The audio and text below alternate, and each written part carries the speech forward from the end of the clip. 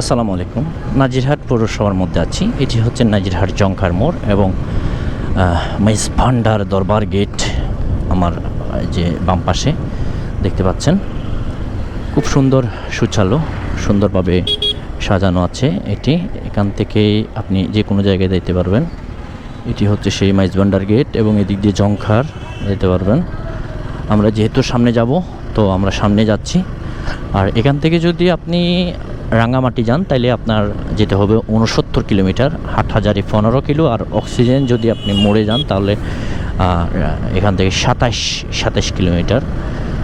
তো যাই হোক, সামনে যদিও নাজিরহাটের আমাদের ইমন ব্লগে অসংখ্য ভিডিও আছে, তো আপনারা সেগুলোও দেখতে পারেন। এবং এক এক সময় তো এক এক ঋতুতে আসলে এক এক ধরনের রাস্তার সৌন্দর্য ফুটে ওঠে। তো এটি হচ্ছে নাজিরহাট ব্রিজ এবং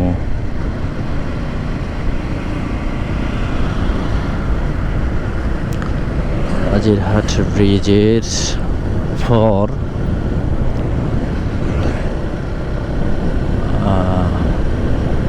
রাস্তাটা আসলে বেশ সুন্দর এবং ভয়ঙ্করও বটে। এক কথায় বলতে হলে ভয়ঙ্কর সুন্দর, কারণ এটা মাঝখানে কোনো ডিভাইডার নাই। তারপর যে কোনো মানে তৃতীয় রাস্তার সংযোগস্থল হয় এই রুট ধরে, তো যে কোনো সময়ে রাস্তার গাড়ি উঠে যায়। তো সেটা থেকে বিভিন্ন ধরনের সমস্যা হয় নানান সময়ে।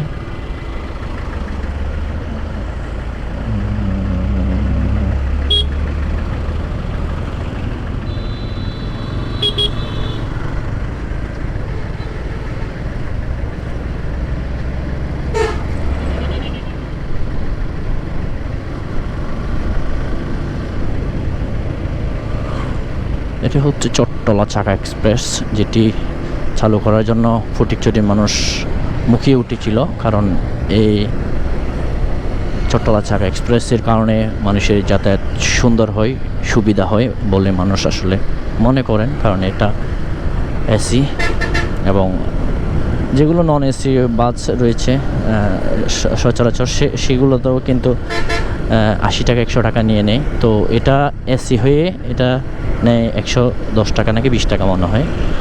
তো আর এটি পথেও তেমন যাত্রী নেয় না, তো সেই জন্য এটার চাহিদা ছিল এবং মাঝখানে কিছু কারণে এটা বন্ধ ছিল, আবার চালু হয়েছে নতুনভাবে চট্টলা চাকা এক্সপ্রেস। যাই হোক, আমরা ফরহাদাবাদ এলাকায় আছি। সামনেই ফরহাদাবাদ বাজার এবং স্কুল আছে।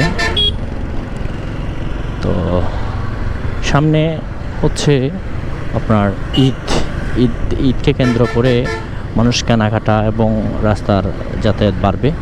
তো রাস্তায় যদি গাড়ি বাড়ে, যাতায়াত বাড়ে, কী হয় তো জানেন আপনারা। তো সেজন্য সতর্কতার সাথে আমাদেরকে যেতে হবে, কারণ সময়ের চেয়ে জীবনের মূল্য অনেক অনেক বেশি। তো সামনে দেখা হচ্ছে ইনশাআল্লাহ।